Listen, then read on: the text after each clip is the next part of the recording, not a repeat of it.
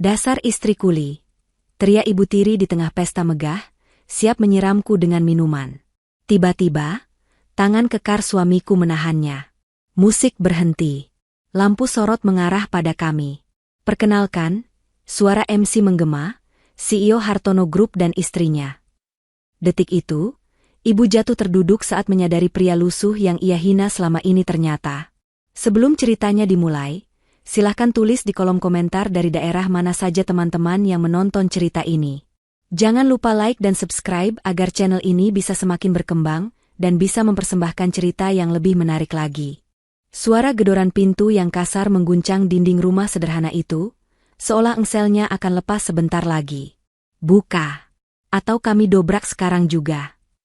Teriakan berat dari luar membuat seisi rumah membeku. Di ruang tamu yang sempit, Bu Lasmi mondar-mandir dengan wajah pucat namun penuh amarah. Matanya melotot ke arah Pak Herman, suaminya, yang hanya bisa duduk tertunduk di kursi roda usangnya. Napas pria tua itu terdengar berat, bunyi ngik-ngik halus keluar dari paru-parunya yang lemah. Lihat ulahmu, Herman. Lihat, pekik Bu Lasmi, menunjuk ke arah pintu depan. Orang-orang itu mau menagih hutang. 300 juta, Herman. Dari mana aku harus bayar? Hah? Kau cuma bisa duduk diam seperti patung, sementara aku yang pusing memikirkan nasib keluarga ini. Nadia, yang baru saja keluar dari dapur membawa segelas air hangat untuk ayahnya, segera meletakkan gelas itu di meja. Tangannya gemetar. Dia tahu hari ini akan datang, tapi dia tidak menyangka akan secepat ini. Bu, tolong kecilkan suaranya. Ayah sedang sesak napas, ujar Nadia pelan, mencoba menenangkan. Diam kamu, bentak Bu Lasmi. Kamu pikir siapa yang bikin kita melarat begini? Kalau bukan karena biaya pengobatan bapakmu yang tidak ada habisnya itu, kita tidak akan terjerat rentenir. Itu bohong. Nadia tahu persis kemana uang itu pergi.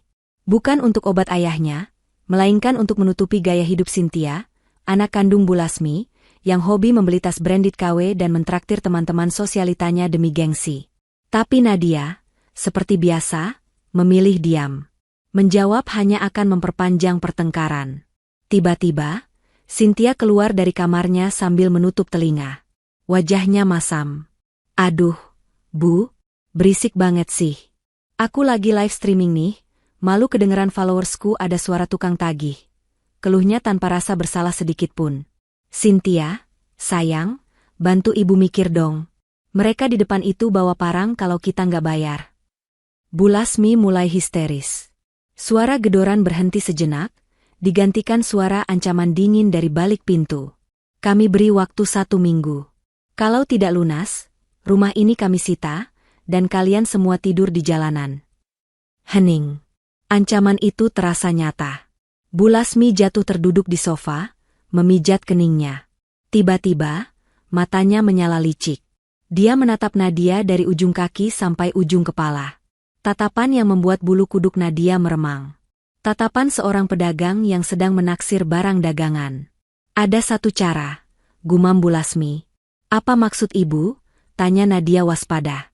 Hutang kita 300 juta. Kemarin, ada laki-laki datang ke warung ibu. Namanya Julian. Dia bilang dia naksir kamu sejak lama. Kata Bu Lasmi dengan nada yang tiba-tiba melunak, dibuat-buat manis. Cynthia tertawa mengejek. Julian? Maksud ibu si tukang angkut barang di pasar induk itu? Yang motornya butut dan bajunya selalu bau keringat. Iya, dia. Bu Lasmi mengabaikan ejekan Cynthia dan menatap tajam ke Nadia. Dia bilang, dia punya tabungan warisan dari neneknya. Jumlahnya pas 300 juta. Dia berjanji akan menyerahkan semuanya pada ibu, asalkan ibu merestui dia menikahimu. Nadia ternganga. Menikah? Bu, aku bahkan tidak kenal dia. Dan ibu mau menukar aku demi melunasi hutang yang bukan aku penyebabnya. Jaga mulutmu, Nadia. Bu Lasmi berdiri, telunjuknya menuding tepat di depan hidung Nadia. Selama ini kamu dan bapakmu itu cuma jadi beban. Makan dari uangku, tinggal di rumahku. Sekarang saatnya kamu balas budi. Nikahi pria miskin itu. Toh, kamu juga tidak punya masa depan. Siapa yang mau sama anak dari keluarga bangkrut selain kuli pasar seperti Julian? Nadia menoleh ke arah ayahnya, berharap ada pembelaan. Pak Herman mengangkat wajahnya, matanya berkaca-kaca penuh penyesalan, tapi bibirnya terkunci. Pria itu terlalu takut pada istrinya, dan terlalu sadar bahwa ia tak punya daya. Kalau kamu menolak, ancam Bu Lasmi dingin, bapakmu tidak akan dapat obat lagi mulai besok. Biar saja dia mati sesak napas di sini saat rumah ini disita rentenir. Air mata Nadia jatuh. Itu adalah kartu as Bu Lasmi. Dia tidak bisa membiarkan ayahnya menderita. Baik, bisik Nadia dengan suara parau. Aku akan menikah dengannya. 2 hari kemudian, Julian datang ke rumah. Penampilannya persis seperti yang digambarkan Cynthia. Dia mengenakan kaos oblong berwarna abu-abu yang sudah melar di bagian leher, celana jeans yang warnanya pudar di bagian lutut, dan jaket denim lusuh yang terlihat seperti belum dicuci berbulan-bulan. Rambutnya agak gondrong berantakan, menutupi sebagian matanya. Namun, ada satu hal yang luput dari perhatian Bu Lasmi dan Cynthia. Postur tubuhnya tegak, tidak membungkuk seperti orang yang rendah diri. Dan matanya, di balik rambut yang berantakan itu, tatapannya tajam, tenang, dan menghanyutkan. Tidak ada ketakutan di sana saat menghadapi tatapan jijik keluarga Nadia. Mereka duduk di ruang tamu. Bu Lasmi tidak menyuguhkan minum, tanda jelas bahwa tamu ini tidak dihormati. Jadi, kamu beneran punya uangnya? Tanya Bu Lasmi tanpa basa-basi. Matanya rakus menatap tas kresek hitam yang diletakkan Julian di atas meja. Ada, Bu. 300 juta, tunai. Hasil saya menabung 10 tahun dan menjual tanah warisan nenek di kampung, jawab Julian. Suaranya berat dan sopan. Cynthia, yang duduk sambil mengikir kukunya, mendengus keras. Dih, uang bau keringat pasar. Pasti lecek-lecek tuh duitnya. Nat, selamat ya. Kamu bakal jadi ratu pasar induk. Nanti kalau aku belanja sayur, kasih diskon ya, ejeknya sambil tertawa sendiri. Nadia duduk di sudut, menunduk malu. Dia merasa seperti barang yang sedang ditransaksikan. Dia tidak berani menatap Julian. Dia merasa kasihan pada pria ini. Julian rela menyerahkan seluruh hasil kerja kerasnya hanya untuk menikahi wanita yang bahkan tidak mencintainya, demi keluarga yang memerasnya. Maafkan keluargaku, Mas, bisik Nadia pelan, hampir tak terdengar. Julian menoleh. Untuk pertama kalinya, Nadia memberanikan diri menatap mata pria itu. Dia tertegun. Tidak ada kemarahan di mata Julian atas penghinaan Cynthia tadi. Yang ada hanya ketenangan yang aneh, seolah ejekan Cynthia hanyalah gonggongan anjing kecil yang tidak berarti. Tidak apa-apa, Nadia, jawab Julian singkat. Bu Lasmi menyambar tas kresek itu, membukanya kasar, dan melihat tumpukan uang pecahan 100 ribuan. Matanya berbinar. Bagus. Karena uangnya sudah ada, pernikahan dilaksanakan besok. Hanya di kawah. Tidak ada pesta. Sayang uangnya kalau dipakai buat kasih makan tetangga. Ibu, protes Nadia. Setidaknya izinkan aku mengundang teman dekat. Gak usah banyak protes. Potong Bu Lasmi sambil memeluk tas kresek itu erat-erat. Kamu itu harusnya bersyukur ada laki-laki bodoh yang mau memungutmu. Julian, besok jam 8 pagi di kawah. Jangan telat. Dan ingat, setelah nikah, bawa Nadia pergi dari sini. Rumah ini sempit, gak cukup buat nampung kalian berdua. Julian mengangguk pelan. Baik, Bu. Saya akan membawa Nadia ke rumah saya. Rumah? Cynthia tertawa lagi. Maksud lo gubuk reot di pinggir kali? Atau kontrakan petak yang atapnya bocor? Hahaha. Kasihan banget sih nasib lo, Nat.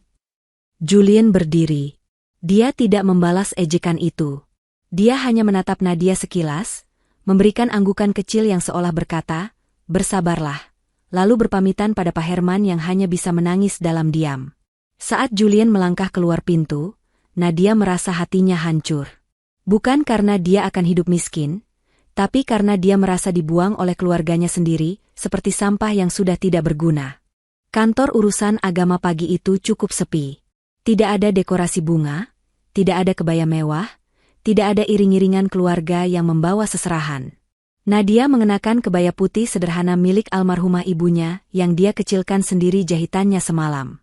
Wajahnya dipoles make-up tipis yang dia lakukan sendiri. Meski sederhana, kecantikan alami Nadia justru terpancar. Kesedihan di matanya memberikan aura sendu yang membuat siapapun yang melihatnya merasa iba. Di sebelahnya, Julien duduk tegak. Dia mengenakan kemeja batik yang terlihat agak kusam dan celana bahan hitam. Meski pakaiannya sederhana, dia terlihat bersih dan rapi hari ini. Rambutnya disisir ke belakang, menampakkan keningnya yang tegas. Di belakang mereka, Bu Lasmi duduk sambil kipas-kipas dengan amplop coklat, surat pelunasan hutang. Dia bahkan tidak terlihat terharu sedikit pun. Cynthia tidak datang, alasannya masih tidur karena begadang streaming. Pak Herman hadir sebagai wali nikah, suaranya bergetar hebat saat mengucapkan kalimat ijab kabul. Saya terima nikah dan kawinnya Nadia binti Herman dengan mas kawin tersebut dibayar tunai. Satu tarikan napas. Tegas. Mantap. Suara Julien menggema di ruangan kecil itu, terdengar sangat berwibawa, kontras dengan penampilannya. Sah? Tanya penghulu. Sah? Jawab saksi yang hanya diambil dari petugas KUA setempat. Nadia mencium punggung tangan Julien. Tangan itu kasar, penuh kapalan, tanda pekerja keras. Tapi tangan itu hangat. Saat Nadia mengangkat wajahnya, Julien menatapnya lekat. Terima kasih sudah menerimaku, bisik Julien. Sebelum Nadia sempat menjawab, Bu Lasmi sudah berdiri dan menggebrak meja pelan. Sudah selesaikan dramanya? Nih, buku nikahnya ambil. Mereka keluar dari gedung KUA. Matahari mulai terik, seolah mengejek nasib Nadia yang suram. Bu Lasmi berdiri di depan mereka, berkacak pinggang. Nah, Nadia, tugas ibu sudah selesai. Hutang lunas, kamu sudah punya suami. Sekarang, kamu ikut suamimu. Jangan pernah berpikir untuk balik rumah lagi minta beras atau uang. Kamu tahu sendiri kondisi keuangan kita baru mau pulih. Nadia menelan ludah, menahan perih di dadanya. Bu, bolehkah aku pamit sama ayah dulu? Nadia berlutut di depan kursi roda ayahnya. Pak Herman memeluk putrinya erat. Tangisnya pecah. Maafkan Bapak. Nat, Bapak tidak berguna. SSTT, Bapak harus sehat. Nadia janji akan sering jenguk Bapak, ucap Nadia sambil menghapus air mata ayahnya. Eits, enak saja sering jenguk, potong Bu Lasmi. Ongkos kesini mahal. Lebih baik uangnya kamu pakai buat beli beras. Julien, bawa istrimu pergi sekarang. Jangan jadi benalu di sini. Julien mengangguk.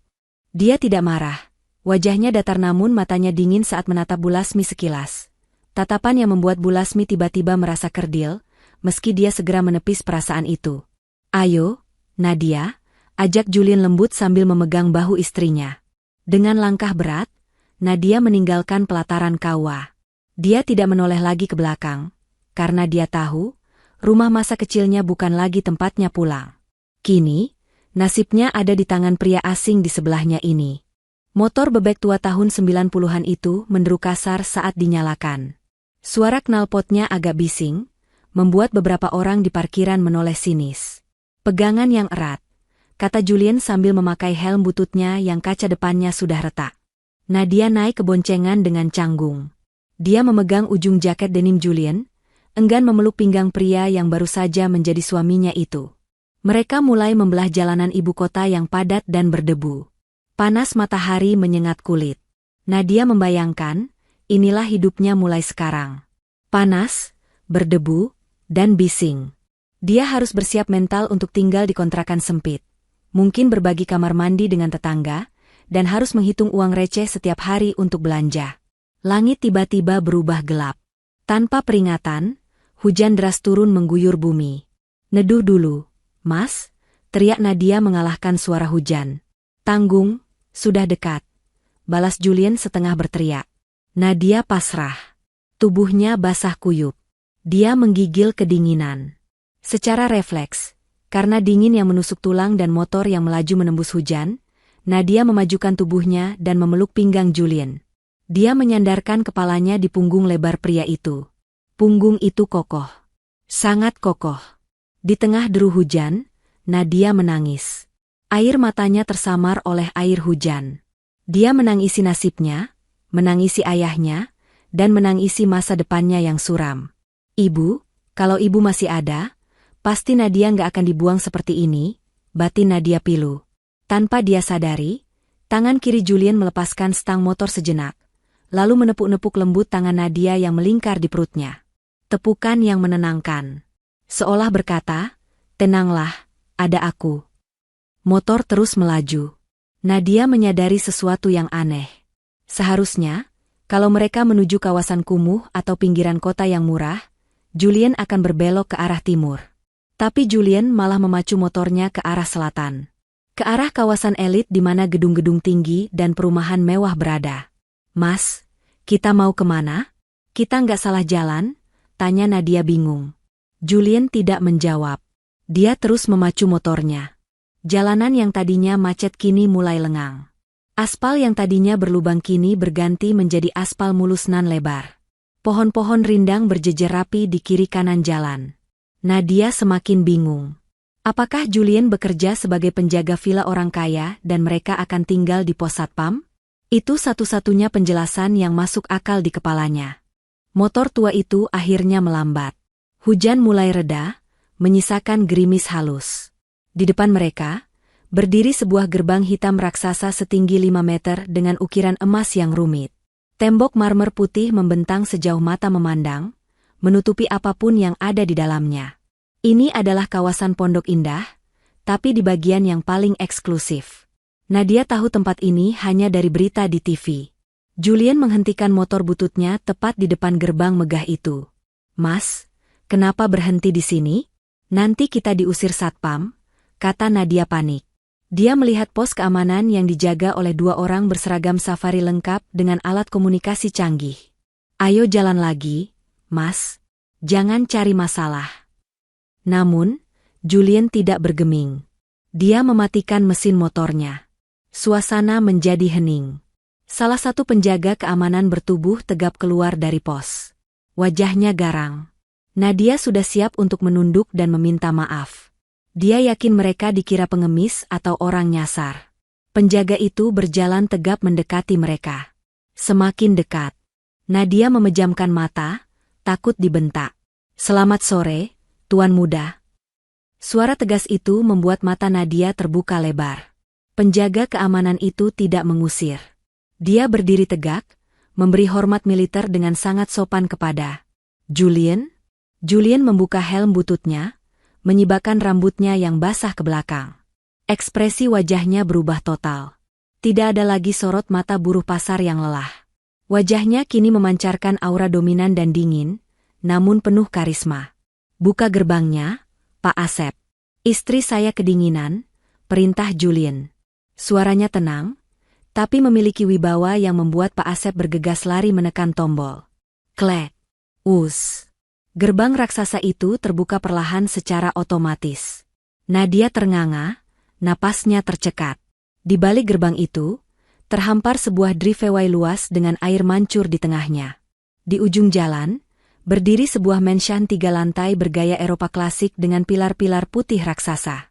Mobil-mobil mewah berjejer di garasi yang terbuka, Ferrari, Alphard, dan sebuah Rolls-Royce hitam. Julian menyalakan lagi motornya, membawa Nadia masuk melewati gerbang, melewati taman yang luasnya seperti lapangan bola, dan berhenti tepat di depan pintu utama yang terbuat dari kayu jati ukir.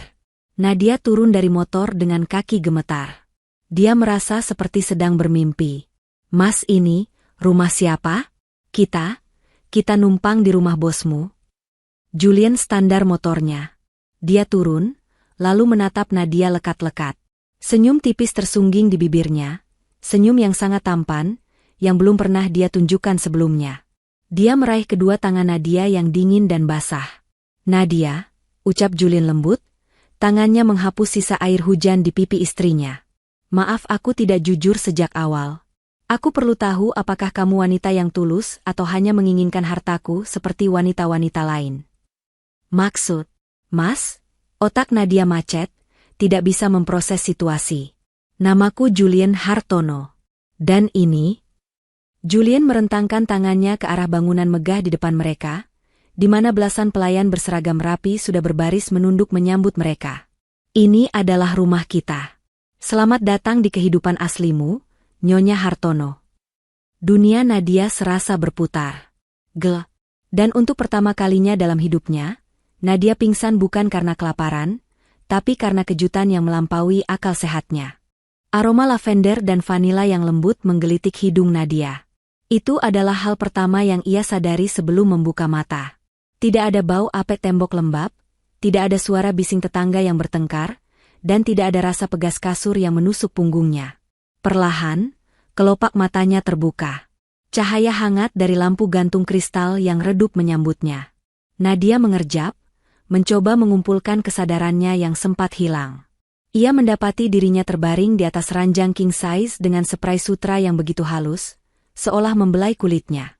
Ia mencoba bangun, namun kepalanya masih terasa ringan. Jangan bangun mendadak. Tekanan darahmu rendah sekali. Suara bariton itu terdengar dari sudut ruangan. Nadia menoleh cepat. Di sana, duduk di sebuah sofa bludru berwarna navy, adalah Julian. Pria itu sudah mandi. Tidak ada lagi kaos oblong melar atau jaket denim bau apek. Kini, ia mengenakan turtleneck hitam pas badan dan celana bahan abu-abu gelap. Rambutnya yang tadinya berantakan kini tertata rapi, menampilkan garis rahang yang tegas dan bersih. Ia terlihat seperti model majalah bisnis yang hidup. Nadia menarik selimut menutupi dadanya, merasa kecil dan asing. Mas, ini di mana?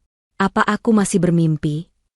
Julian bangkit, berjalan mendekat, lalu duduk di tepi ranjang. Ia menuangkan air hangat dari teko keramik ke dalam gelas. Minum dulu. Dokter bilang kamu cuma kelelahan dan stres berat. Kamu butuh istirahat total. Nadia menerima gelas itu dengan tangan gemetar. Kehangatan air menjalar ke tenggorokannya, menyadarkannya bahwa ini nyata. Mas Julian, siapa kamu sebenarnya? Tanya Nadia lirih, matanya menatap lekat pria di hadapannya yang terasa seperti orang asing. Kenapa kamu membohongi keluargaku? Kenapa kamu mau menikahiku? Julian menghela napas panjang. Tatapannya melembut. Namaku Julian Hartono.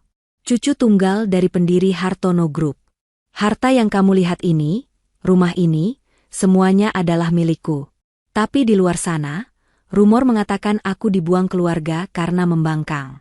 Itu sengaja kubiarkan. Kenapa? Karena aku muak. Nadia, Julian menatap lurus ke mata Nadia. Di duniaku, semua orang memakai topeng. Wanita-wanita mendekatiku hanya karena nama belakangku. Teman-teman memujiku hanya karena ingin proyek. Aku butuh seseorang yang nyata.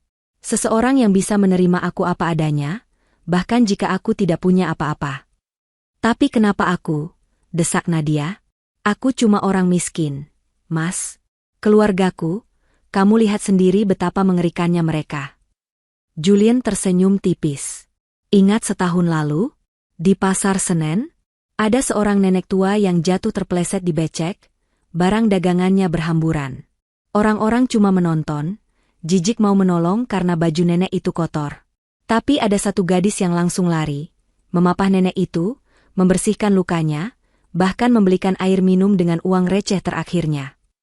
Nadia tertegun. Ingatan itu samar-samar kembali. Itu, nenek itu. Itu nenekku, potong Julian. Nenek suka menyamar untuk memantau harga pasar rakyat. Dia pulang dan bercerita padaku tentang gadis berhati emas itu.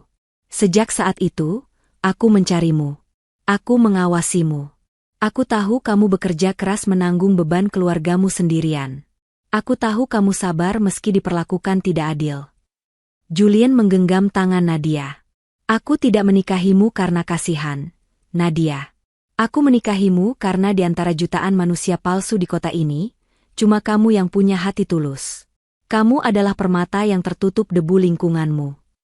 Air mata menetes di pipi Nadia. Selama ini dia merasa tidak berharga. Selalu disalahkan, selalu dianggap beban. Mendengar ada seseorang yang melihat nilainya, rasanya dada sesak oleh haru. Tapi Mas, aku tidak pantas ada di sini. Aku tidak tahu cara jadi istri orang kaya. Isak Nadia. Julian menghapus air mata itu dengan ibu jarinya. Kamu tidak perlu jadi orang lain. Cukup jadi Nadia. Mulai hari ini, tugasmu bukan lagi memikirkan hutang atau bentakan ibumu. Tugasmu hanya satu, bahagia bersamaku.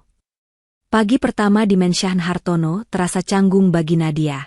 Dia terbangun sebelum matahari terbit, kebiasaan lama yang sulit hilang. Biasanya, jam segini dia sudah sibuk mencuci piring atau menyapu halaman sambil diomeli Bu Lasmi. Tapi pagi ini, saat dia keluar kamar dengan mengendap-endap, dia justru berpapasan dengan 3 orang pelayan berseragam rapi yang sedang membersihkan lorong. "Selamat pagi, Nyonya," sapa mereka serempak sambil membungkuk hormat. Nadia kaget dan refleks ikut membungkuk. Iya, pagi, maaf, saya cuma mau cari sapu. Kamar saya belum disapu." Salah satu pelayan senior, Bu Darmi, tersenyum geli namun sopan. "Aduh, Nyonya muda. Nyonya tidak perlu menyapu.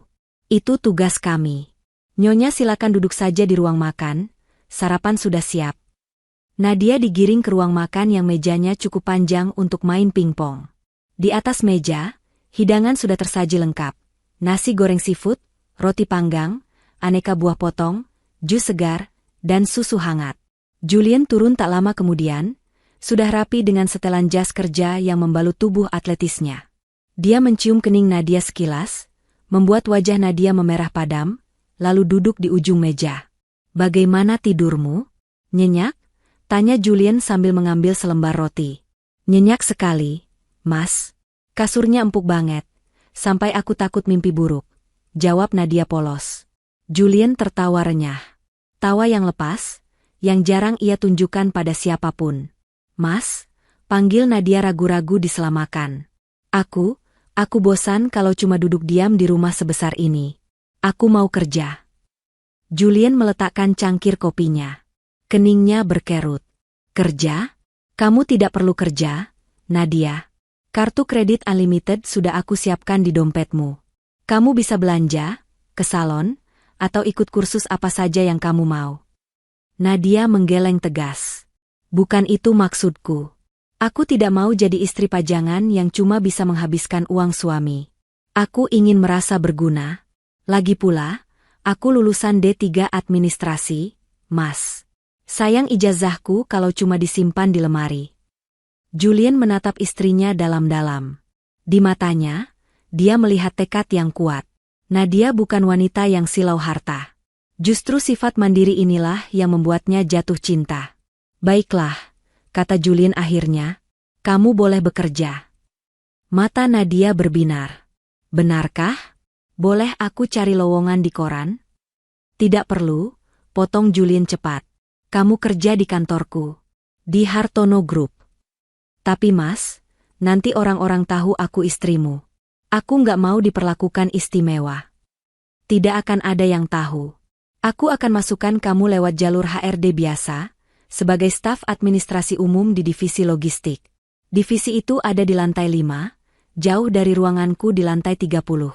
Kamu pakai nama gadis, Nadia Saphira. Tidak ada Hartono di belakangnya." "Setuju," seru Nadia semangat. "Tapi ada syaratnya," tambah Julian, matanya menyipit serius. "Jangan terlalu lelah. Kalau ada yang merundungmu, lapor padaku. Dan satu lagi, kita berangkat dan pulang bareng.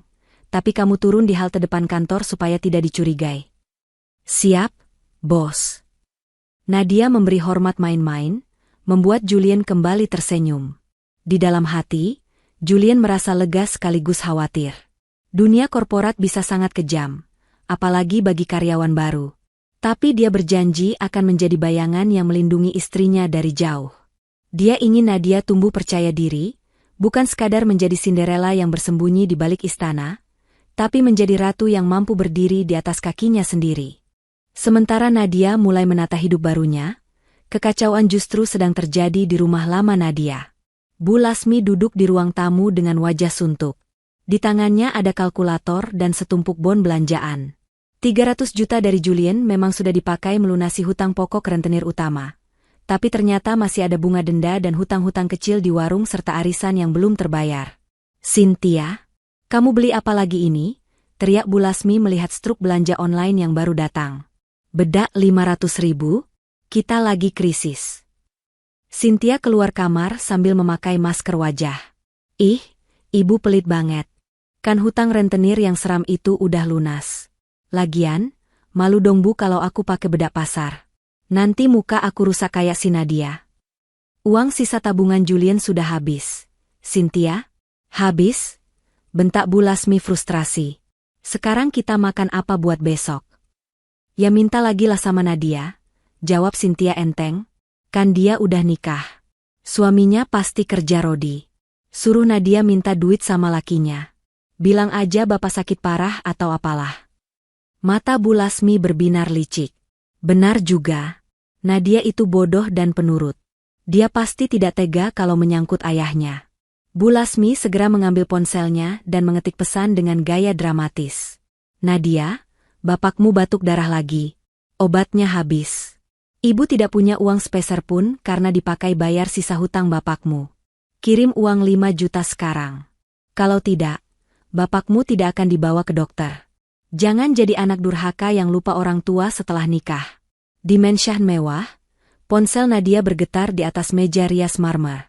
Nadia baru saja selesai mandi air hangat. Dia membaca pesan itu. Hatinya mencelos. Rasa bersalah yang ditanamkan bertahun-tahun oleh ibu tirinya langsung menyeruak naik. 5 juta? Dari mana dia dapat uang sebanyak itu? Meski Julien memberinya kartu kredit, Nadia masih sungkan menggunakannya. Julien yang baru masuk kamar melihat perubahan ekspresi istrinya. Tanpa permisi, dia mengambil ponsel dari tangan Nadia dan membaca pesan itu. Rahangnya mengeras. Mereka tidak akan pernah berhenti, ya? Geram Julien. Mas, bagaimana kalau bapak benar-benar sakit? Tanya Nadia cemas. Nadia, dengar, Julien menangkup wajah istrinya. Orang suruhanku memantau rumah itu 24 jam. Ayahmu baik-baik saja. Tadi pagi dia terlihat sedang berjemur di teras, disuapi bubur. Yang sakit itu dompet ibu tirimu. Tapi, jangan dibalas, perintah Julien tegas. Kalau kamu balas, apalagi kirim uang, mereka akan terus memerasmu seumur hidup.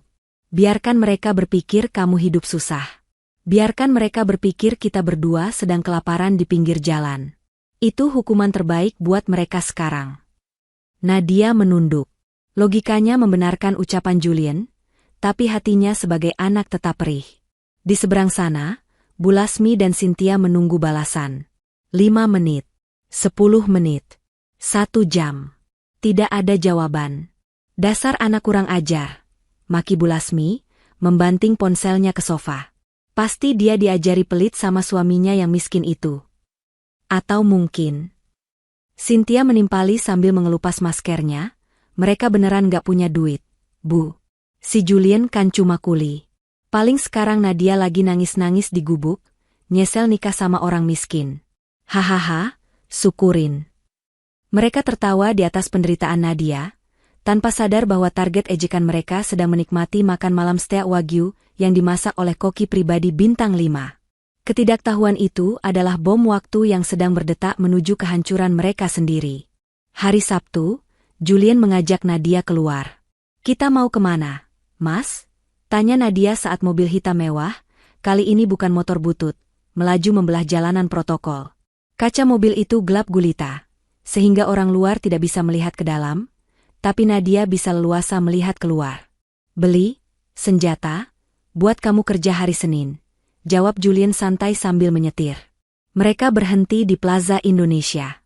Julien membawa Nadia masuk lewat pintu VIP di basement, langsung menuju lift pribadi yang membawa mereka ke lantai butik-butik desainer internasional.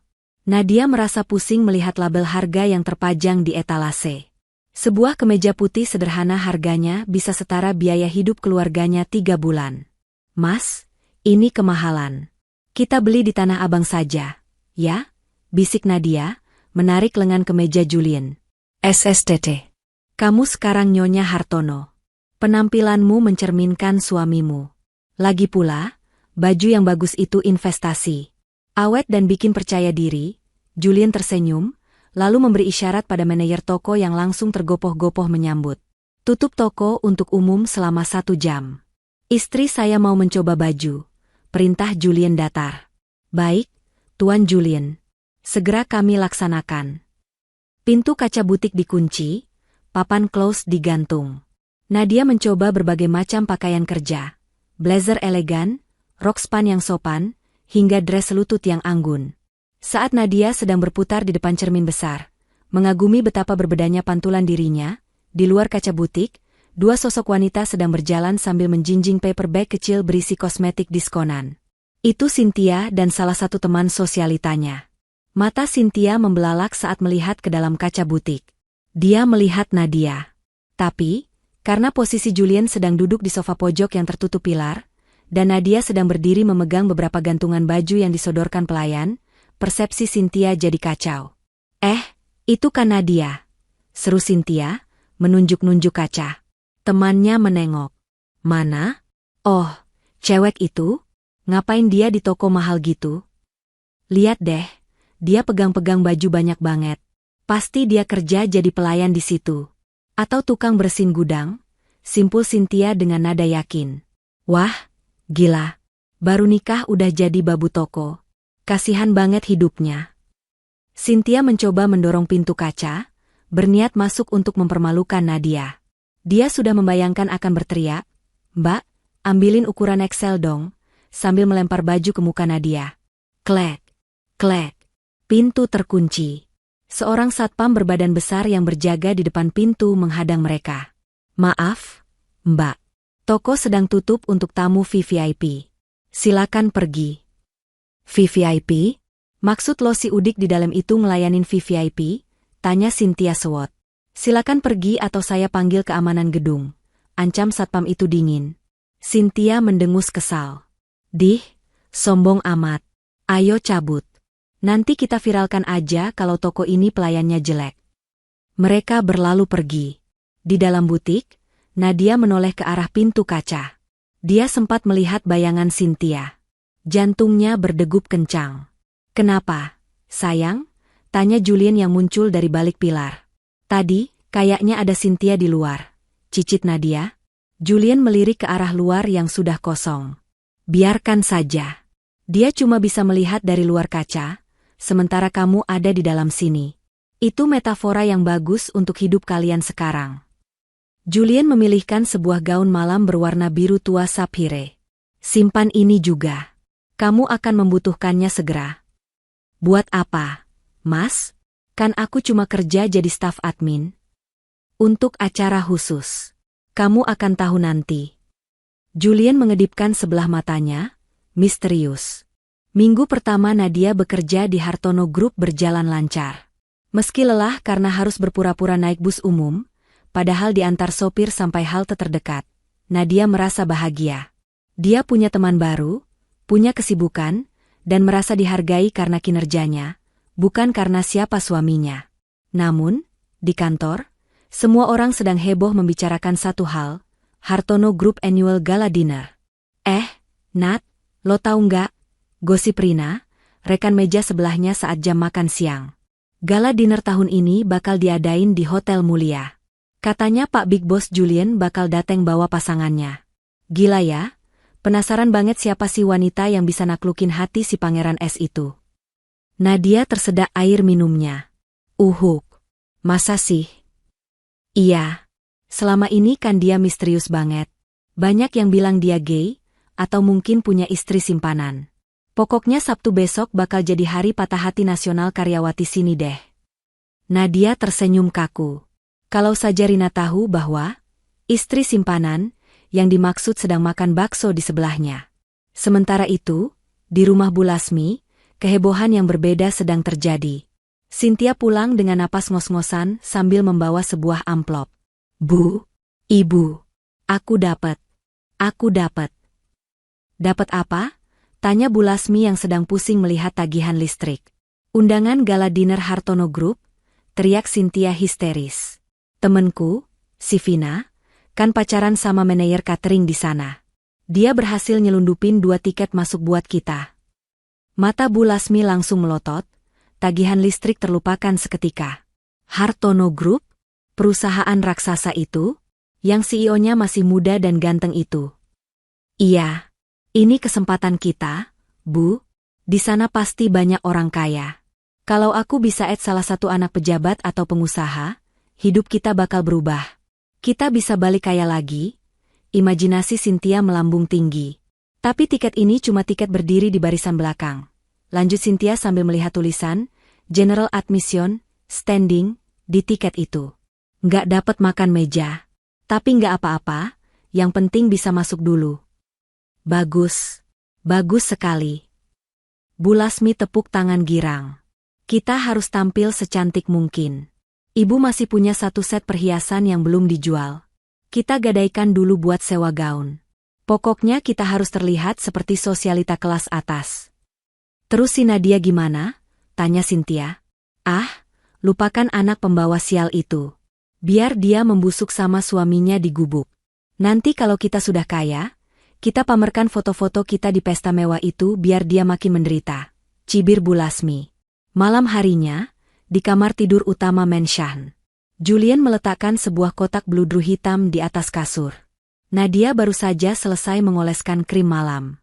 Buka, perintah Julian lembut. Nadia membuka kotak itu. Isinya adalah sebuah undangan tebal berwarna emas dengan ukiran namanya, Mr. Julian Hartono Mrs. Nadia Hartono, VVIP Table 1. Mas, ini acara yang dihebohkan di kantor? Tanya Nadia gugup. Benar. Ini saatnya aku memperkenalkanmu pada dunia sebagai istriku. Tapi Mas, aku takut.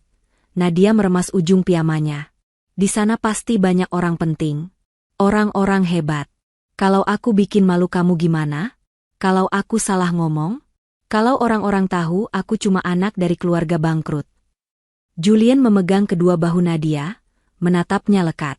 Sorot matanya memberikan kekuatan yang anehnya, membuat kegelisahan Nadia perlahan surut. Nadia, kamu tidak akan mempermalukanku. Kamu adalah wanita paling kuat yang pernah aku kenal. Kamu bertahan dari siksaan batin ibu tirimu bertahun-tahun tanpa kehilangan kebaikan hatimu. Dibandingkan dengan menghadapi monster seperti Bu Lasmi, menghadapi rekan bisnisku itu gampang.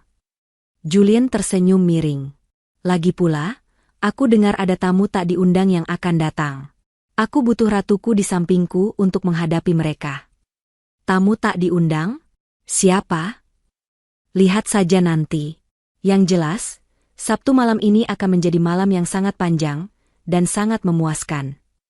Di luar jendela, kilat menyambar membelah langit malam, seolah memberi pertanda akan badai besar yang akan terjadi di pesta itu. Pertemuan antara masa lalu Nadia yang kelam dan masa depannya yang gemilang tak bisa dihindari lagi. Catatan untuk pengguna, bagian 2 telah selesai. Konflik semakin tajam. Pembaca pendengar kini tahu posisi masing-masing pihak. Nadia yang mulai bangkit, dan Bu Lasmi Cynthia yang sedang menggali kubur mereka sendiri dengan kesombongan. Momen, puncak, di pesta sudah dipersiapkan. Sabtu sore itu, suasana di 2 tempat yang berbeda sangat kontras, bagaikan langit dan bumi. Di rumah kontrakan petak yang baru disewa Bu Lasmi, karena rumah lama sudah disita bank namun mereka masih menyangkal fakta itu kepada tetangga. Kepanikan terjadi. Cynthia, tarik napas. Tahan perutmu. Teriak Bu Lasmi sambil menarik resleting gaun sewaan berwarna merah menyala di punggung anaknya. Sakit, Bu? Ini sesak banget. Keluh Cynthia, wajahnya memerah menahan napas. Ibu sih, nyewa gaun ukuran S. Aku kan biasa pakai M. Ini gaun desainer tiruan, Cynthia. Cuma ini yang sisa di penyewaan kostum dangdut. Kalau sewa di butik asli, uang kita nggak cukup, bentak Bu Lasmi. Akhirnya, zret, resleting berhasil naik meski jahitan di samping pinggang terlihat meregang kritis. Bu Lasmi sendiri mengenakan kebaya brukat tua yang penuh payet emas. Terlalu berlebihan, terlalu mencolok. Leher, telinga, dan pergelangan tangannya dipenuhi perhiasan emas imitasi yang ia beli di pasar pagi tadi, karena emas aslinya sudah ludes digadaikan. Dengar, Cynthia, Bu Lasmi memegang bahu anaknya sambil menatap cermin yang retak di sudut. Malam ini adalah pertaruhan hidup mati kita. Kamu harus tebar pesona. Cari laki-laki yang pakai jam tangan Rolex atau Patek Philippe. Jangan yang pakai jam karet. Kita harus dapat menantu kaya malam ini juga, supaya kita nggak perlu tidur di kontrakan bau tikus ini lagi. Cynthia mengangguk mantap, memoles lipstik merah darah tebal ke bibirnya. Tenang, Bu. Dengan dandananku malam ini, siapa yang bisa nolak? Aku jauh lebih cantik daripada si Nadia yang paling sekarang lagi ngulek sambal buat suaminya. Sementara itu, Di walk-in closet Mansion Hartono. Suasana hening dan tenang, hanya terdengar alunan musik klasik pelan. 3 orang makeup artis dan stylist profesional bekerja dengan gerakan cekatan namun lembut di sekitar Nadia. Nadia duduk di depan cermin besar dengan penerangan sempurna. Ia nyaris tidak mengenali wanita di pantulan itu. Rambut hitam panjangnya disanggul modern dengan menyisakan beberapa helai ikal yang membingkai wajah, memberikan kesan anggun dan romantis. Riasan wajahnya flawless, menonjolkan mata bulatnya yang jernih tanpa terlihat seperti memakai topeng. "Nyonya, gaunnya siap," ujar kepala stylist. Nadia berdiri, dibantu mengenakan gaun malam berwarna midnight blue rancangan desainer Paris. Gaun itu berbahan sutra lembut yang jatuh sempurna mengikuti lekuk tubuhnya, sederhana namun memancarkan kemewahan kelas atas. Tidak ada payet norak. Hanya ada satu kalung berlian tipis dengan liontin safir biru yang melingkar di leher jenjangnya, hadiah pernikahan dari nenek Julien. Julien masuk ke ruangan. Ia mengenakan tuxedo hitam bespoke, jahitan khusus, yang membuatnya terlihat gagah dan dominan. Langkahnya terhenti saat melihat Nadia. "Wow," gumam Julien. Satu kata yang mewakili segalanya. Nadia tersenyum malu, pipinya merona. "Mas, apa ini tidak berlebihan? Kalung ini, aku takut hilang. Harganya pasti mahal sekali." Julien mendekat, berdiri di belakang Nadia, menatap pantulan mereka berdua di cermin. Ia meletakkan tangannya di bahu Nadia yang terbuka. "Nadia, dengarkan aku," bisik Julien tepat di telinga istrinya. "Kalung ini mahal, gaun ini mahal. Tapi dibandingkan kamu, semua ini cuma aksesoris murahan. Kamu yang membuat perhiasan ini bersinar, bukan sebaliknya. Malam ini, tegakkan kepalamu. Kamu bukan lagi Nadia si upik abu. Kamu adalah pendampingku." Nadia menarik napas dalam, menatap matanya sendiri di cermin. Di sana, ia melihat ketakutan yang perlahan pudar, digantikan oleh sorot mata Julien yang memberinya kekuatan. "Aku siap, Mas," ucap Nadia mantap. Grand Ballroom Hotel mulia telah disulap menjadi lautan kemewahan. Lampu kristal raksasa menggantung di langit-langit, membiaskan cahaya keemasan ke seluruh ruangan. Meja-meja bundar ditata rapi dengan taplak putih bersih dan rangkaian bunga lili segar yang harum. Ratusan tamu undangan, para CEO, pejabat negara, selebriti papan atas, dan sosialita, mulai memadati ruangan. Suara denting gelas dan percakapan sopan memenuhi udara, diiringi oleh orkestra yang bermain live di sudut panggung. Bu Lasmi dan Cynthia berhasil masuk setelah berdebat alot dengan penjaga pintu, karena tiket mereka yang lecek. Mereka berdiri canggung di area belakang, area khusus standing party untuk tamu kelas 2, dipisahkan oleh tali bludru merah dari area meja bundar VVIP. Mata Bu Lasmi liar menyapu ruangan. "Gila, Sin. Itu Menteri Perdagangan. Itu artis sinetron yang lagi naik daun. Wah, baunya saja bau uang." Cynthia sibuk mengibas-ngibaskan gaunnya yang gerah, berusaha menarik perhatian. Namun, para tamu VVIP yang lewat hanya melirik mereka sekilas dengan tatapan aneh. Dandanan mereka terlalu menor dan berisik untuk acara sekelas ini. "Bu, haus nih. Ambil minum di mana?" rengek Cynthia. "Itu, cari pelayan yang bawa nampan," tunjuk Bu Lasmi. Saat Cynthia berbalik mencari pelayan, matanya menangkap sosok wanita di kejauhan, dekat panggung utama. Wanita itu mengenakan gaun biru gelap, sedang berdiri membelakangi mereka, berbicara dengan seorang pria yang tertutup kerumunan. Bu, lihat deh," sikut Cynthia kasar. "Apaan sih? Itu. Cewek yang pakai baju biru itu. Punggungnya, postur tubuhnya, mirip banget sama Nadia." Bu Lasmi menyipitkan mata. "Ah, masa? Mana mungkin Nadia ada di sini? Baju sewaannya saja pasti nggak sanggup bayar." "Ih, ibu lupa? Nadia kan pernah kerja sambilan jadi usher atau penerima tamu waktu kuliah dulu. Pasti dia nyambi jadi pelayan di sini. Atau mungkin wanita panggilan kelas bawah yang disewa om-om." Imajinasi jahat mereka langsung bekerja. Rasa iri dan dengki membuat logika mereka tumpul. Bagi mereka, tidak mungkin Nadia sukses. Kalau Nadia ada di sini, pasti posisinya rendah. Tiba-tiba, wanita bergaun biru itu menoleh sedikit ke samping, tertawa kecil. Profil wajahnya terlihat jelas. Itu benar-benar Nadia. Darah Bu Lasmi mendidih. Dia melihat Nadia memegang gelas kristal berisi cairan bening berkilau. Kurang ajar, desis Bu Lasmi. Kita susah payah cari tiket. Dia malah enak-enakan jadi pelayan di area VVIP. Pasti dia merayu kepala pelayannya.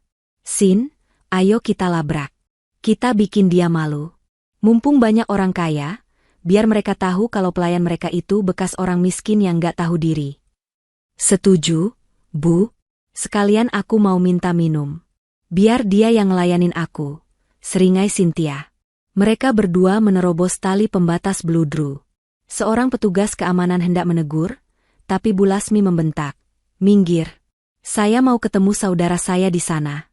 Jangan macem-macem ya, saya kenal yang punya hotel. Petugas keamanan itu ragu sejenak. Celah itu dimanfaatkan Bu Lasmi dan Cynthia untuk merangsek maju menuju tengah ruangan, tempat di mana Nadia berdiri. Mereka berjalan seperti banteng yang melihat kain merah, buta terhadap tatapan heran para tamu lain yang melihat kelakuan kampungan mereka. Nadia sedang menikmati moktail jeruk nipisnya, sambil mendengarkan Julian berbicara dengan seorang investor asing. Meskipun gugup, genggaman hangat tangan Julian di pinggangnya membuatnya tetap tenang. Nadia, bisik Julian, sebentar lagi acara dimulai. MC akan memanggil kita ke atas panggung untuk sambutan pembuka. Aku gemetar. Mas, aku Nadia jujur. Tarik napas. Belum sempat Julian menyelesaikan kalimatnya, sebuah suara cempreng yang sangat familiar membelah kesopanan percakapan di sekitar mereka. Hai ha, babu. Nadia tersentak. Dia menoleh. Jantungnya serasa berhenti berdetak. Di hadapannya, hanya berjarak 2 meter, berdiri Bu Lasmi dan Cynthia dengan wajah merah padam penuh kemenangan dan kebencian. Suasana di sekitar mereka mendadak hening. Beberapa tamu VVIP di meja terdekat meletakkan sendok garpu mereka, menoleh ke sumber keributan. Wah, hebat ya kamu, Nat, sindir Cynthia keras-keras, sengaja agar didengar orang banyak. Di rumah sok-sokan miskin, suami ngaku kuli, taunya kamu nyambi jadi wanita murahan di sini. Berapa tarif kamu semalam nemenin om-om di sini? Wajah Nadia pucat pasi. Cynthia, ibu tolong, jangan buat keributan di sini. Keributan? Bu Lasmi maju selangkah, menunjuk wajah Nadia dengan telunjuknya yang penuh cincin palsu. Kamu yang bikin malu keluarga. Kami diusir dari rumah, kelaparan, kamu malah dandan kayak putri raja di sini. Mana suamimu yang miskin itu? Hah? Kamu tinggalin dia di gubuk buat seneng-seneng di sini? Ibu salah paham. Suara Nadia bergetar. Alah, nggak usah banyak alasan, potong Cynthia. Dia menyambar gelas berisi jus merah dari nampan pelayan yang kebetulan lewat. Orang kaya lo itu perlu sadar diri. Baju mahal ini nggak pantas buat lo. Cynthia mengayunkan tangannya, berniat menyiramkan jus merah pekat itu ke gaun biru Nadia. Nadia memejamkan mata, siap menerima siraman dan penghinaan. Trak, bunyi gelas pecah terdengar, tapi Nadia tidak merasakan basah. Dia membuka mata. Sebuah tangan kekar menahan pergelangan tangan Cynthia di udara dengan cengkeraman yang sangat kuat, membuat gelas itu terlepas dan jatuh ke lantai, membasahi sepatu Cynthia sendiri. Julian berdiri di depan Nadia, menjadi tameng hidup. Wajahnya yang biasanya tenang kini terlihat sangat menyeramkan. Rahangnya mengeras, matanya menatap Cynthia dengan sorot dingin yang mematikan. Aura dominasi yang keluar dari tubuhnya, membuat Cynthia menciut seketika. Lepasin. Sakit, jerit Cynthia. Julian menghempaskan tangan Cynthia dengan kasar sampai gadis itu terhuyung mundur dan ditangkap ibunya. Siapa kamu? Berani-beraninya kasar sama anak saya. Bu Lasmi berteriak seperti orang kesurupan. Satpam. Satpam. Usir orang gila ini. Julian merapikan jasnya dengan tenang, lalu menatap Bu Lasmi datar. Anda meminta satpam mengusir saya? Di pesta saya sendiri? Bu Lasmi melongo. Apa? Tepat saat itu, lampu ruangan meredup. Lampu sorot, spotlight, menyala terang, mengarah tepat ke tempat Julian dan Nadia berdiri. Suara MC menggema dari pengeras suara, jernih dan berwibawa. Hadirin sekalian, mohon perhatiannya. Mari kita sambut tuan rumah kita malam ini. CEO Hartono Group, Bapak Julian Hartono, dan istri tercinta, Ibu Nadia Hartono. Tepuk tangan membahana. Namun bagi Bu Lasmi dan Cynthia, suara tepuk tangan itu terdengar seperti suara petir yang menyambar tepat di telinga mereka. Dunia seakan berhenti berputar. Mulut Bu Lasmi menganga lebar, matanya melotot seakan mau keluar.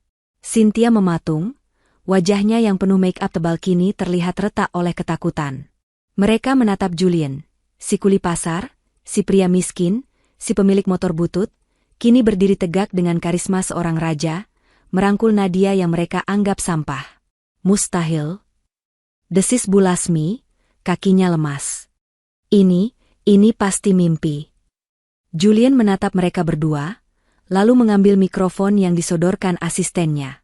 Suaranya bergema di seluruh ballroom. Maaf atas gangguan kecil ini, hadirin sekalian. Sepertinya ada penyusup yang tidak bisa membedakan antara sampah dan permata.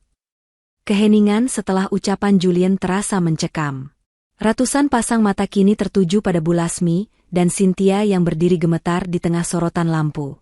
Mereka terlihat sangat kecil, konyol, dan menyedihkan dengan dandanan norak mereka. Namun, rasa malu itu segera berubah menjadi penyangkalan histeris bagi Bu Lasmi. Otaknya tidak bisa menerima kenyataan bahwa dia telah membuang menantu miliarder dan menghina anak tirinya yang kini menjadi nyonya besar. Ego dan keserakahannya menolak runtuh. Bohong. Teriak Bu Lasmi tiba-tiba, suaranya pecah dan melengking. Dia menunjuk Julian. Kalian semua ditipu. Laki-laki ini penipu. Dia cuma kuli panggul di pasar. Dia menantu saya. Dia miskin. Dia nggak punya apa-apa. Dia pasti nyuri jas itu. Dia nyuri undangan ini. Bu Lasmi merangsek maju, mencoba menarik jas Julian, tapi langkahnya terhenti oleh dinding manusia. 4 orang petugas keamanan berbadan tegap dengan jas hitam langsung mengepung mereka. Jangan sentuh Tuan Julian, ucap kepala keamanan dengan suara berat. Minggir kalian. Nadia. Heh anak durhaka. Ngaku kamu. Bu Lasmi beralih menyerang Nadia.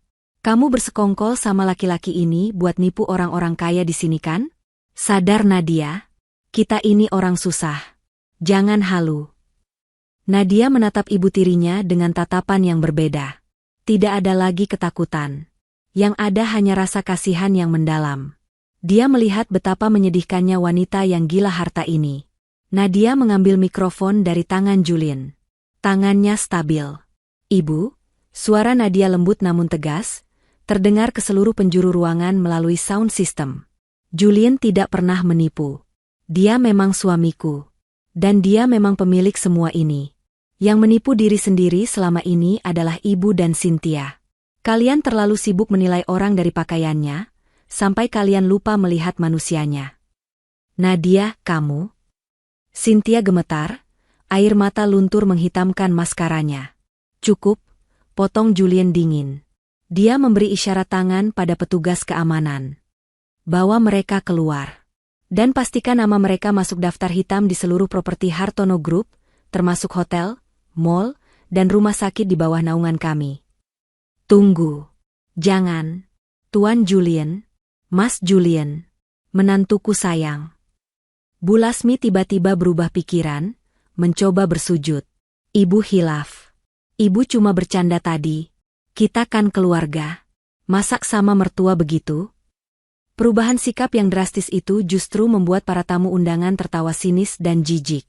Seret mereka, perintah Julian tanpa menoleh lagi. Petugas keamanan mencengkeram lengan Bu Lasmi dan Cynthia. Mereka meronta-ronta, berteriak, memaki, lalu memohon lagi. Pemandangan itu sungguh kacau. Sepatu hak tinggi Cynthia lepas satu, sanggul Bu Lasmi miring. Mereka diseret keluar dari ballroom mewah itu, melewati barisan tamu yang menatap mereka dengan pandangan merendahkan. Pintu besar ballroom tertutup, meredam teriakan histeris mereka, menyisakan keheningan yang lega di dalam ruangan. Julian kembali menatap para tamu, tersenyum tenang. Mari kita lanjutkan pestanya. Musik orkestra kembali bermain. Nadia menghela napas panjang, kakinya terasa lemas, tapi Julian menahannya agar tetap berdiri tegak. Kamu hebat, bisik Julian. Kamu baru saja memenangkan perangmu. Pagi harinya, berita tentang drama di pesta Hartono Group menjadi topik hangat di grup-grup chat sosialita, meski media massa dilarang meliput detail memalukan itu demi privasi. Di gerbang Menshan Hartono, sebuah pemandangan menyedihkan terlihat. Bu Lasmi dan Cynthia duduk di aspal panas sejak subuh. Penampilan mereka kusut, sisa make-up semalam masih menempel berantakan. Mereka menunggu gerbang dibuka. Mereka tidak punya uang untuk pulang ke kontrakan, dan mereka juga tahu bahwa ini satu-satunya kesempatan untuk memohon belas kasihan, atau lebih tepatnya, meminta jatah uang.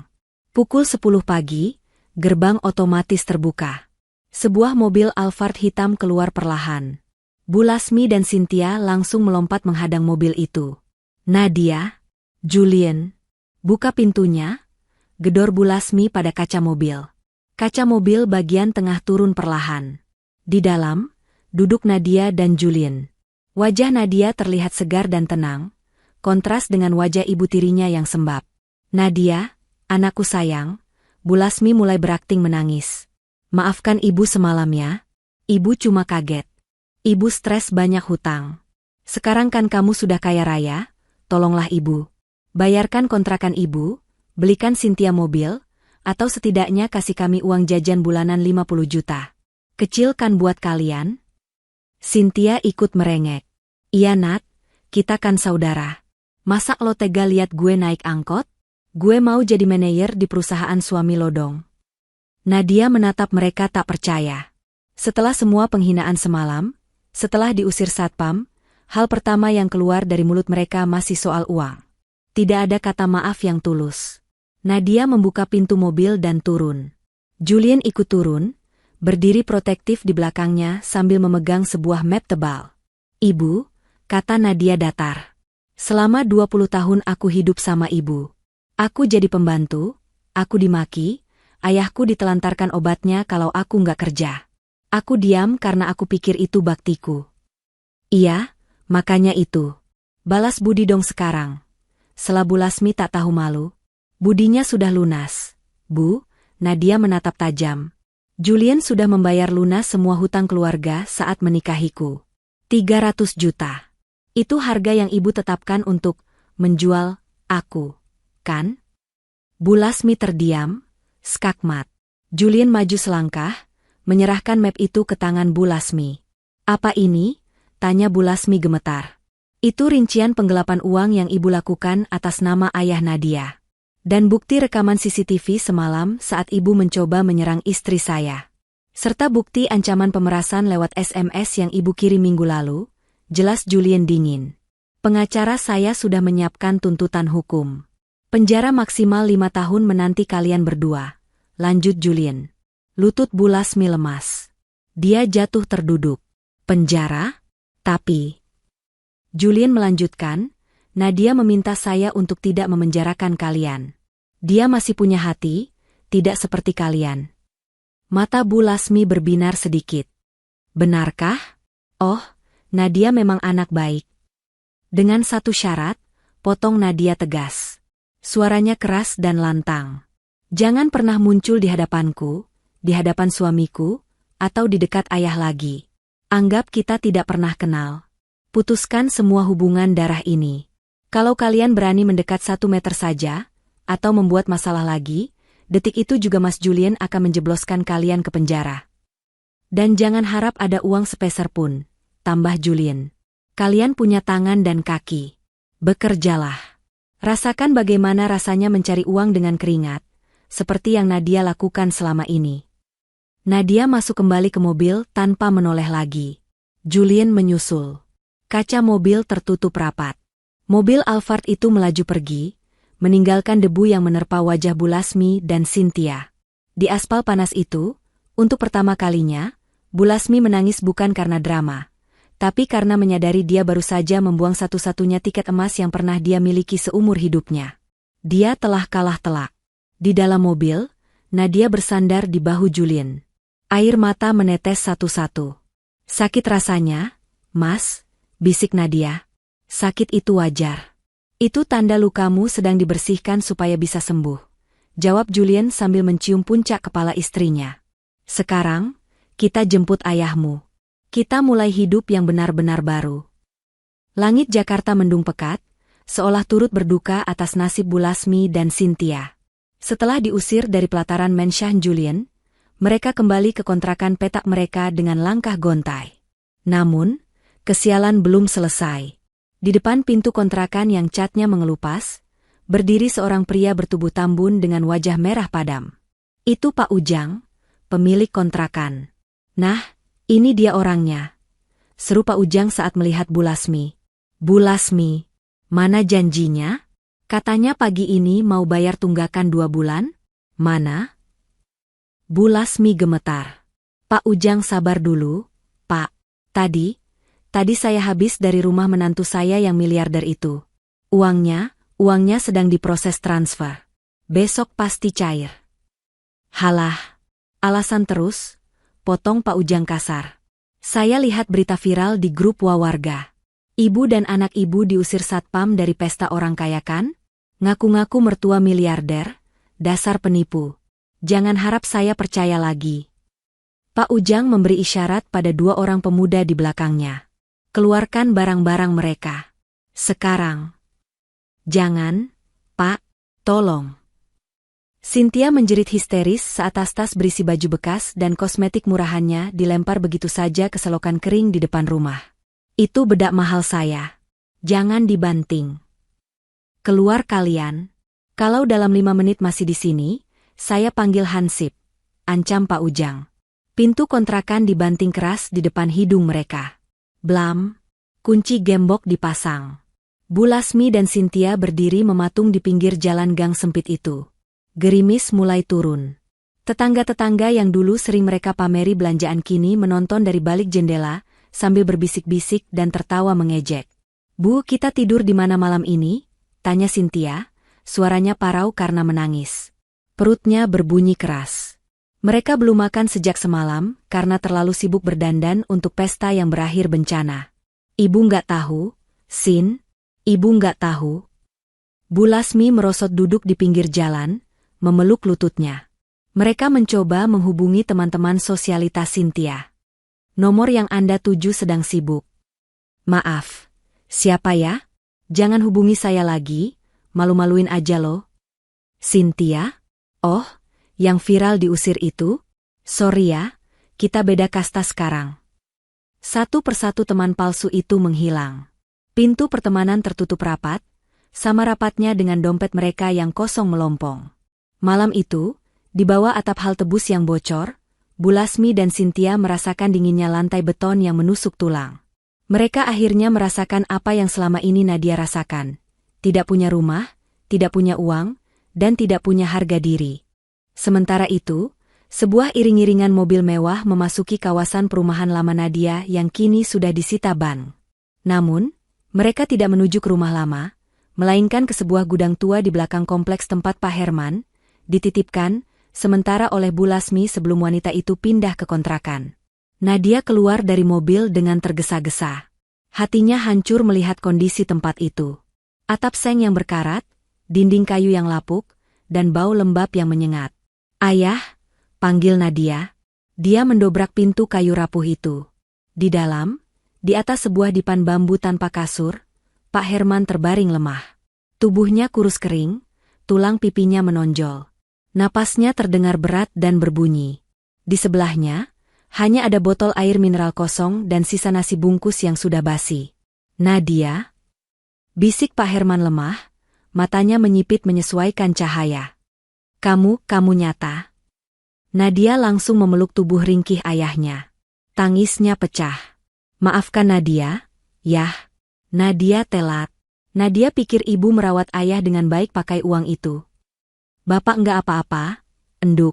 Bapak senang kamu datang. Pak Herman tersenyum tipis, meski bibirnya pecah-pecah. Julian masuk ke dalam gubuk itu. Dia tidak terlihat jijik sedikitpun dengan kotoran dan debu di sana. Wajahnya penuh keprihatinan. Tanpa banyak bicara, Julian membungkuk dan dengan mudah mengangkat tubuh Pak Herman dalam gendongannya, seolah pria tua itu seringan kapas. Kita pulang, Pak, kata Julian tegas namun lembut. Mobil ambulans VVIP sudah menunggu di depan. Bapak akan langsung dirawat di rumah sakit terbaik. Nak Julian. Mata Pak Herman berkaca-kaca. Terima kasih, maafkan Bapak yang tidak berguna ini. Bapak tidak perlu minta maaf. Bapak sudah membesarkan wanita hebat seperti Nadia untuk saya. Itu jasa yang tidak akan bisa saya bayar dengan uang sebanyak apapun, jawab Julian tulus. Mereka membawa Pak Herman keluar. Beberapa tetangga lama yang melihat kejadian itu ternganga. Mereka melihat Nadia yang dulu sering dihina Bu Lasmi, kini masuk ke dalam mobil limousine bersama suaminya yang gagah, membawa ayahnya pergi dari penderitaan. Di dalam mobil ambulans yang senyaman kamar hotel itu, Nadia menggenggam tangan ayahnya erat-erat. Dokter pribadi langsung memasang infus dan oksigen. Warna kulit Pak Herman perlahan membaik setelah mendapat asupan oksigen murni. Nadia, panggil Pak Herman pelan. Ibumu, Lasmi, dan Cynthia, mereka di mana? Nadia menatap Julian sejenak, lalu kembali menatap ayahnya. Mereka memilih jalan mereka sendiri. Yah, sekarang, fokus ayah cuma satu, sembuh. Kita akan tinggal sama-sama. Ayah akan punya kamar sendiri yang besar, ada tamannya, ada kolam ikannya. Ayah bisa memancing setiap hari kalau sudah sehat. Pak Herman mengangguk, air mata haru menetes dari sudut matanya. Dia tahu, masa tua yang tenang akhirnya datang menjemputnya. 1 bulan kemudian. Panas, lengket, bau amis. Itulah yang dirasakan Cynthia setiap hari. Dia berdiri di depan bak cuci piring raksasa di dapur sebuah rumah makan Padang yang ramai pengunjung. Tangannya yang dulu rajin manicure kini kasar, keriput, dan perih karena terendam air sabun keras seharian. Heh, Cynthia, itu piring kotor numpuk lagi. Jangan melamun, bentak udah Rizal, pemilik rumah makan, sambil memukul meja dapur. Kerja yang gesit. Kalau malas, saya potong gaji kamu yang gak seberapa itu. Iya, dah sebentar, jawab Cynthia lemas. Punggungnya serasa mau patah. Nasib Cynthia berubah drastis. Setelah diusir dari kontrakan, mereka menggelandang selama 3 hari sebelum akhirnya Bu Lasmi jatuh sakit karena masuk angin dan stres. Demi membeli obat ibunya dan makan, Cynthia terpaksa melamar kerja apa saja. Tapi tanpa ijazah sarjana, dia drop out kuliah demi gaya hidup, dan tanpa keahlian, tidak ada kantor yang mau menerimanya. Akhirnya, dia terdampar di sini. Menjadi tukang cuci piring dengan bayaran harian yang hanya cukup untuk makan nasi bungkus berdua, dan bayar sewa kamar kos ukuran 2x2 meter yang pengap di pinggir rel kereta api. Saat sedang menggosok piring penuh lemak rendang, mata Cynthia menangkap tayangan televisi yang menyala di sudut rumah makan. Itu siaran infotainment. Wajah Nadia terpampang jelas di layar kaca. Cantik, bersinar, dan anggun. Nadia sedang menggunting pita peresmian sebuah panti jompo mewah yang didirikan oleh Yayasan Hartono. Di sebelahnya, Julian tersenyum bangga, dan Pak Herman duduk di kursi roda elektrik canggih, terlihat gemuk dan sehat, melambaikan tangan ke kamera. Nyonya Nadia Hartono mendedikasikan panti ini untuk para lansia yang terlantar, terinspirasi dari pengalaman pribadinya. Suara narator terdengar jelas. Prang! Piring di tangan Cynthia jatuh dan pecah berkeping-keping. Cynthia, teriak udah Rizal murka. Pecah lagi? Gaji kamu hari ini hangus buat ganti rugi. Pulang sana, nggak usah makan siang. Cynthia diusir keluar lewat pintu belakang dapur. Dia duduk di samping bak sampah, menangis terseduh-seduh. Dia melihat tangannya yang bau sampah, lalu membayangkan tangan Nadia yang kini pasti wangi parfum mahal. Penyesalan itu datang terlambat, dan rasanya pahit sekali. Dulu dia yang menertawakan Nadia sebagai babu, sekarang dialah babu yang sesungguhnya. Dia ingin marah, tapi tidak tahu harus marah pada siapa selain pada kebodohannya sendiri. Di kamar kos sempitnya, Bu Lasmi terbatuk-batuk. Dia hanya bisa berbaring di kasur tipis.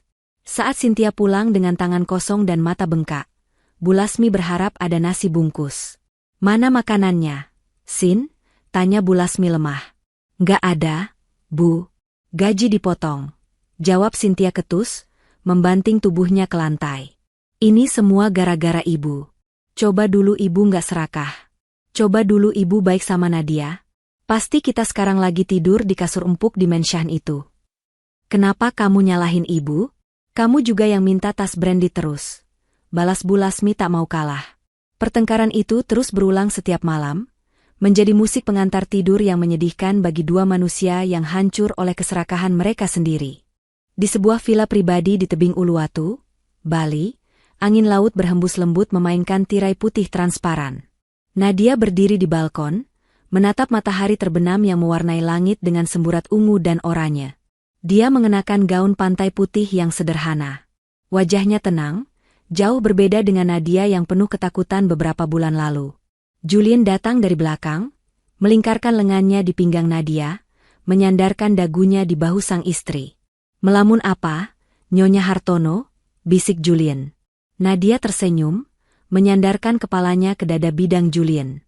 "Masih nggak percaya, Mas? Rasanya baru kemarin aku nangis-nangis di boncengan motor butut kamu waktu hujan-hujanan." Julien terkekeh pelan. "Motor butut itu masih ada di garasi. Loh, kalau kamu kangen, kita bisa keliling kompleks pakai itu lagi." "Nggak ah, knalpotnya bikin malu," canda Nadia, lalu tawanya meredah. Dia memutar tubuh menghadap Julien, menatap mata suaminya lekat. "Mas, terima kasih," ucap Nadia serius. "Untuk apa? Liburan ini?" "Bukan. Untuk semuanya. Untuk menyelamatkan ayah. Untuk memberiku kepercayaan diri. Tapi yang paling penting, terima kasih sudah melihatku saat orang lain menutup mata." Nadia menahan haru. "Kadang aku masih merasa insecure. Aku cuma lulusan D3, nggak pintar basa-basi sosialita, nggak ngerti saham. Apa aku pantas mendampingi kamu selamanya?" Julien menangkup wajah Nadia dengan kedua tangannya. Angin laut menerbangkan rambut mereka. "Nadia, dengar aku baik-baik. Saham bisa dipelajari. Etika sosialita bisa dilatih.